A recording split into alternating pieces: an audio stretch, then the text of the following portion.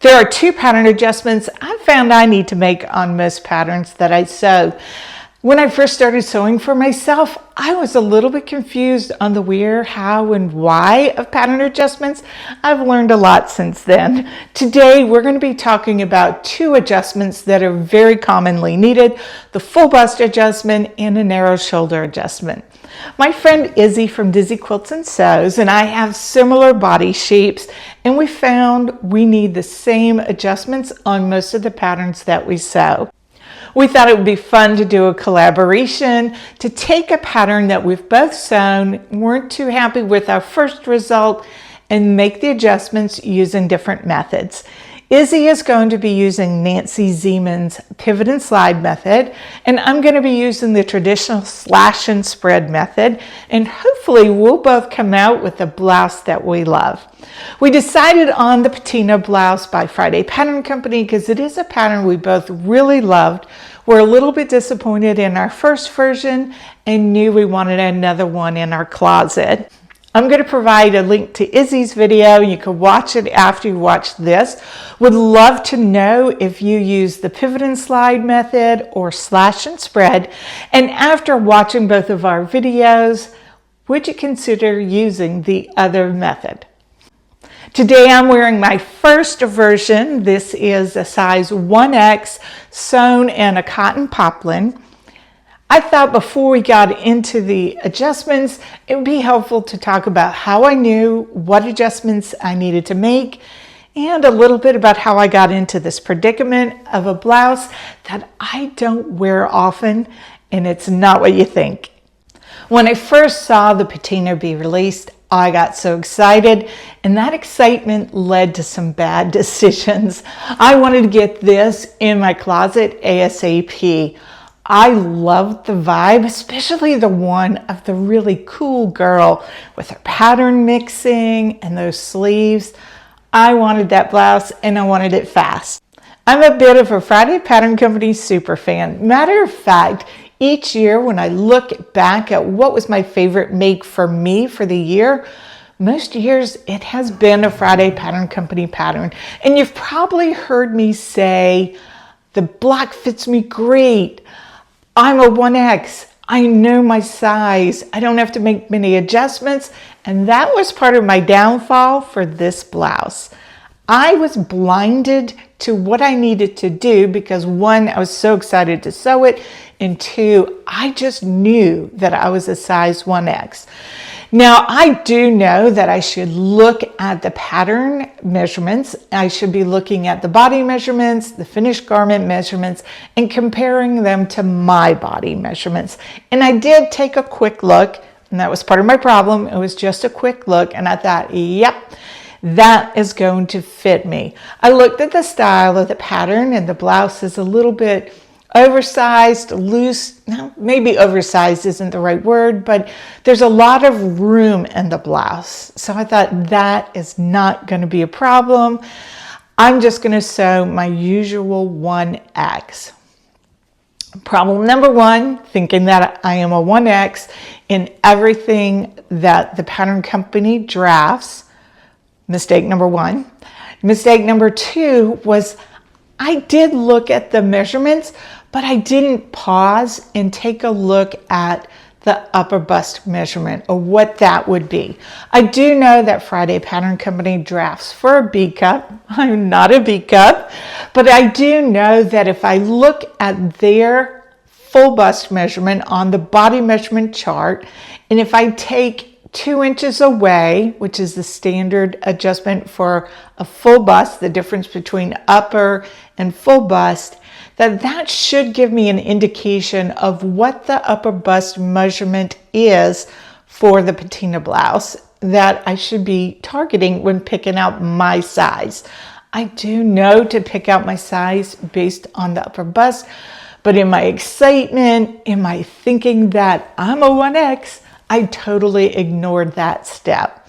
If I had started with my proper size, I would have started with an extra, extra large, not a 1X, and done a full bust adjustment and maybe graded out to the hips with the 1X. Now, in addition to the bust needing adjustment, and I'm going to talk about these in just a moment, I need to adjust the shoulder. So here's my shoulder seam. You can see it right here. And I'm going to point to where my shoulder hinges. This is my shoulder point here. That's a lot of difference here. I did take the time in planning for this next make to take some measurements, and I saw that even with moving down the side, I was still going to need to do a narrow shoulder adjustment. So let's start with the full bust adjustment. And how did I know I needed that? Now, when I first started sewing for myself, I think like many, I concentrated on the buttons. Did they feel like they were straining? And I'm telling myself, no. Obviously, when I look at the finished garment measurements, there's enough ease to get around my bust without it straining the buttons. I had over 50 inches, and let me talk about my measurements. My upper bust measurement is 44 inches, roundabout, and my full bust is around 48 inches. Sometimes a little less, sometimes a little more. And I was like, great, that's good. The finished garment measurement is over 50 inches around the bust. And you can see I have room. And just because I have enough room does not mean I have enough room for the pattern to drape properly. I'm going to insert a photo where you can see this a little better. There are obvious drag lines radiating from the bust apex down to the side of the garment, and that is a sure sign that I need a full bust adjustment, that I need more room in here. The fabric may meet where it's supposed to, but it doesn't have enough room all the way through the garment for it to hang and to drape nicely. So that was a sign. Also, another sign was the hem. The hem of my front of my top was shorter than it's supposed to be, so it's lifting up, and that tells me that I need some more length because I'm having to go over more bust than what the pattern was designed or drafted for, that I need more length to make it around that curve. These are obvious adjustments I need to make, but that's not why I don't wear this blouse. I think I may have only worn it once or twice in the nearly 10 months since I finished this, and that's just crazy. I love the style. It's in my color palette, but maybe not the best color for me since it's closer to my skin tone, but it should have worked. It should have been okay to wear some, but the reasons I'm not wearing it is because I have this extra fabric through here. Now it's laying a little flatter because I have the microphone clipped, but once I realized what was going on, I just couldn't unsee it. I feel like I'm wearing somebody else's clothes because it's not fitting through the shoulders, through the upper chest. This does bug me some, but it's more this issue through here where I feel like I'm dressing in someone else's clothes. So that will be fixed by sewing the proper size. So let's head up to the sewing room so we can look at the pattern pieces and I can talk you through the adjustments. I needed a 4-inch full bust adjustment. That means I needed to adjust each side of the bust by 2 inches. I used the slash and spread method, and you can see I have outlined my pattern in a black Sharpie. For my actual pattern piece, I did this in a pencil, but you couldn't see it on camera, so I used the black Sharpie for the original darts, and for the outline, this is my seam allowance here in a blue Sharpie, and then I used red to show my cutting lines. So for the slash and spread method, I'm going to cut all the way up this line. I'm going to cut up here to my seam allowance, and I'm going to stop. I'm not going to cut through my seam allowance, and I'm going to snip here up to my seam allowance to leave a hinge. And then I'm going to cut from the center of my dart all the way up to my bust point, and I'm going to stop and not cut through this line so I can leave a hinge. I have taped a piece of paper behind this in a different color so you could see. I have measured off 2 inches, and that's where the spread comes. After I slash my pattern, I'm going to spread it to give myself 2 inches. So let me show you.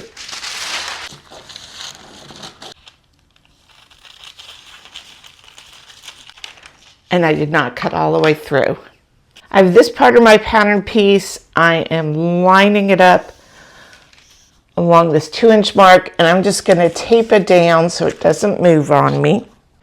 I want to keep this parallel. I want to make sure it stays on grain. And now I can manipulate this. I can move this out.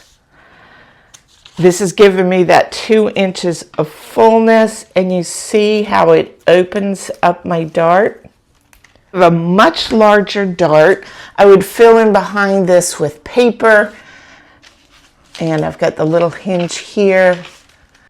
As you can see, I need to lower this piece, so what I would do is I would cut straight across. I would draw a line if this were my actual piece, but just for purpose of demonstration.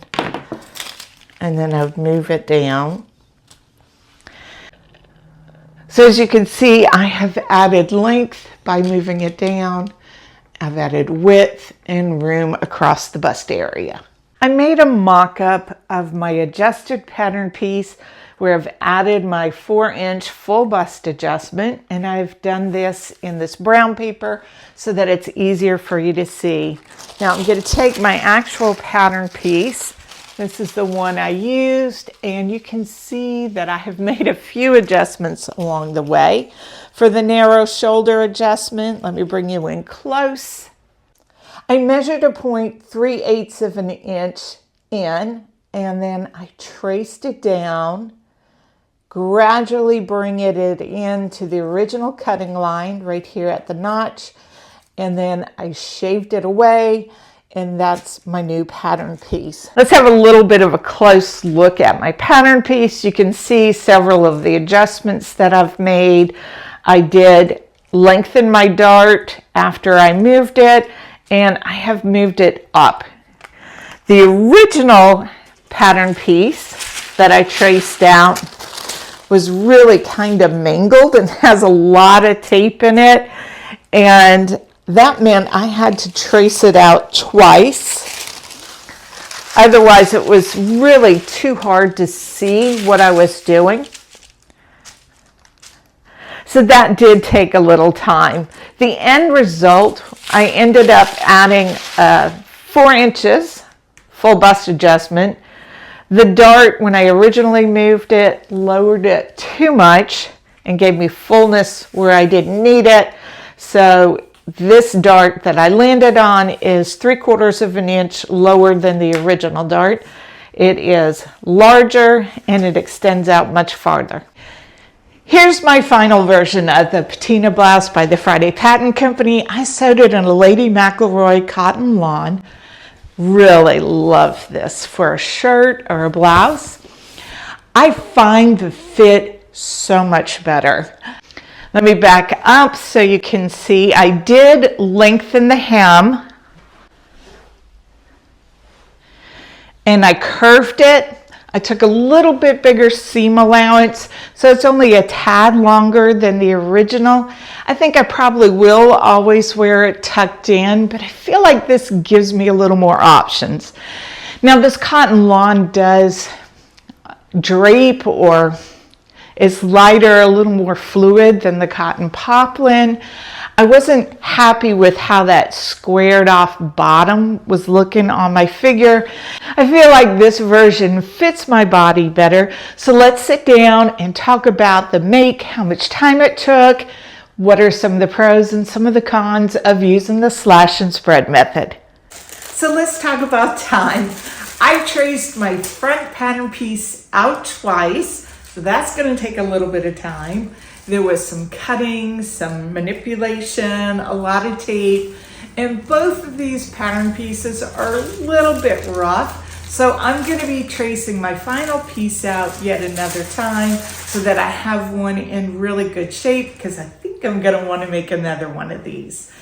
So I think there's a little bit of a time commitment. I would estimate that I spent about 15 to 20 minutes on each of those pattern pieces. So let's call it 45 minutes for doing 3. This last one's going to take obviously a lot less time, but there was some manipulation and thinking going on with the other ones. As to effort, I was really confident with what I was doing because I've used the slash and spread method many times. And that saves a little bit of time because I didn't have to try to figure things out or learn a new way. I went straight in with what I know. I didn't do a tutorial with this video on how to use the slash and thread method to adjust the bust. I'm going to link a really good one in the description box. It's by Made to Sew. She has really good video tutorials for how to raise and lower bust adjustment and how to do them. So I'm going to link that below. Let's talk about the fit muslins. I probably could have got away with just doing the 2 fit muslins, but I wanted to be sure, since I'd already spent a fair amount of time adjusting my pattern, and I wanted to get this blouse just right. I mentioned earlier I didn't want to have sewing remorse. I definitely had a lot of remorse over my first patina blouse. The fit was so bad, I only wore it maybe once or twice in 10 months, and I was determined that this blouse would see a lot more wear than the first version. The first fit muslin was just the 2 front pieces with the bust dart sewn in and the back piece. I was checking the bust dart. I'm glad I did. It was too small and it was too low. The second fit muslin, I corrected it, other than I did see I needed to make the dart longer. When I sew a fit muslin, I will do my bust darts exactly the same way as if I were sewing my finished garment, because that's going to really tell me, do I have the dart right? That's what I was checking for, so I needed to do that same as if I would on a finished garment. But the other things, like attaching to the shoulder seam, that was just a basting stitch, and along the side, that was a basting stitch.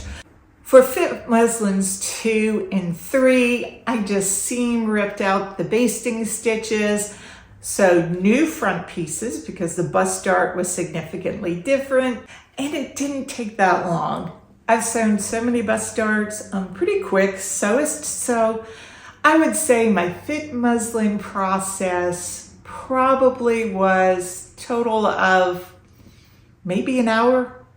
I don't know, I should have added it up.